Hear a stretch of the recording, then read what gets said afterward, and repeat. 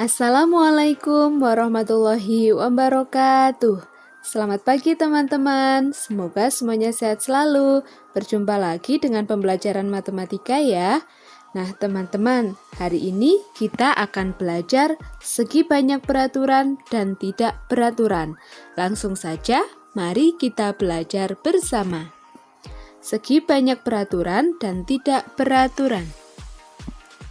Nah teman-teman, pertemuan sebelumnya kita sudah belajar tentang segi banyak ya.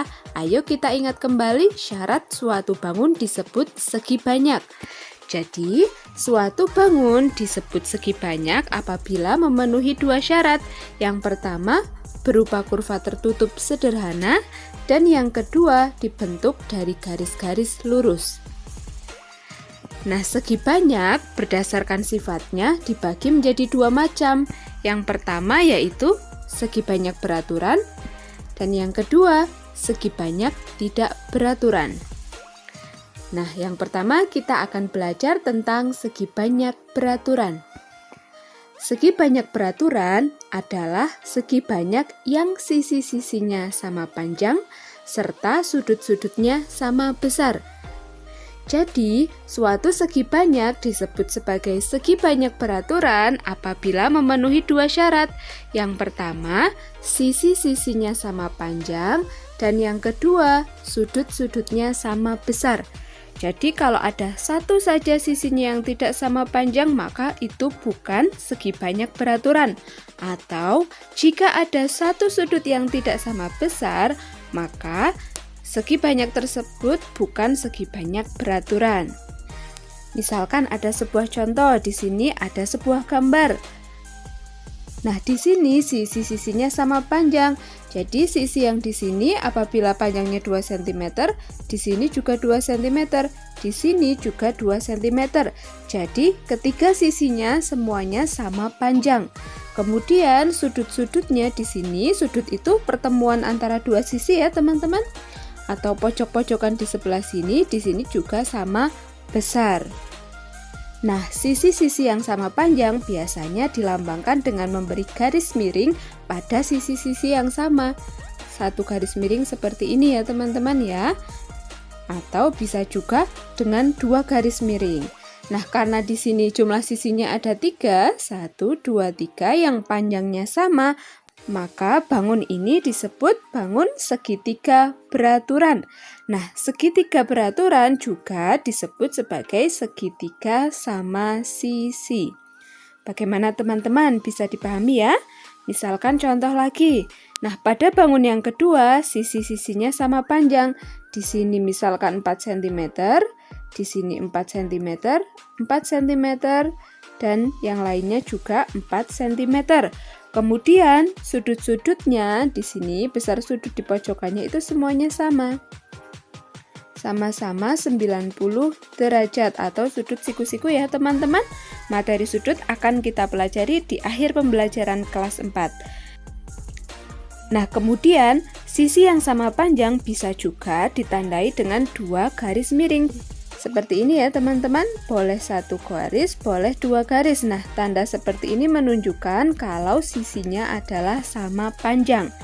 Nah, di sini karena sisinya ada 4, maka bangun ini dinamakan segi 4 beraturan atau yang biasa kita kenal sebagai persegi. Selanjutnya, contoh yang ketiga, kita perhatikan teman-teman. Di sini sisi-sisinya juga sama panjang. Ini semuanya sama panjang ya. Kemudian kita lihat sudutnya. Di sini ternyata sudutnya juga sama besar. Karena sisinya sama dan sudutnya juga sama, maka bangun tersebut juga termasuk segi banyak beraturan. Nah, sekarang kita lihat ada berapa sisinya? Ada 5 ya teman-teman. 1, 2, 3, 4, 5. Maka bangun tersebut dinamakan sebagai segi 5 beraturan. Bagaimana teman-teman, bisa dipahami ya?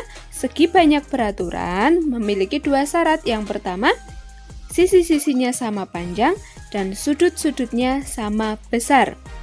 Nanti jika teman-teman akan menggambar segi banyak beraturan, jangan lupa gunakan penggaris ya. Semua panjangnya harus sama. Selanjutnya, kita akan belajar segi banyak tidak beraturan.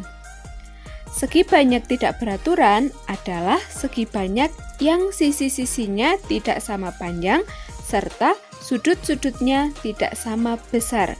Misalkan ada sebuah gambar. Coba lihat teman-teman, ini adalah gambar persegi panjang ya. Nah, bisa kita lihat di sini. Panjang sisi ini sama dengan panjang sisi yang di sebelah kanan, namun berbeda dengan sisi yang di atas dan di bawah. Nah, sisi yang di atas itu sama dengan sisi yang di bawah. Karena ada sisi yang tidak sama panjang, maka bangun tersebut adalah segi banyak tidak beraturan. Meskipun di sini sudutnya semuanya sama ya teman-teman, tapi ada sisi yang tidak sama panjang, maka termasuk segi banyak tidak beraturan. Nah, karena sisinya ada 4, maka disebut sebagai segi 4 tidak beraturan, atau biasa kita kenal sebagai persegi panjang. Selanjutnya, sisi-sisinya di sini tidak sama panjang ya teman-teman, semua sisinya berbeda. Karena berbeda panjangnya, sudut-sudutnya juga berbeda besarnya, maka bangun tersebut termasuk segi banyak tidak beraturan. Karena di sini sisinya ada 5, maka bangun tersebut dinamakan segi 5 tidak beraturan. Selanjutnya, kita lihat di sini teman-teman.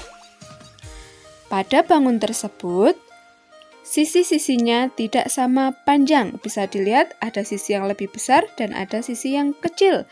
Maka panjangnya tidak sama ya teman-teman. Kemudian kita perhatikan sudutnya. Di sini sudut di sini, pojokan di sini tidak sama dengan sudut yang di sini ya teman-teman. Maka bangun tersebut termasuk segi banyak tidak beraturan. Sekarang kita hitung sisi-sisinya ya teman-teman.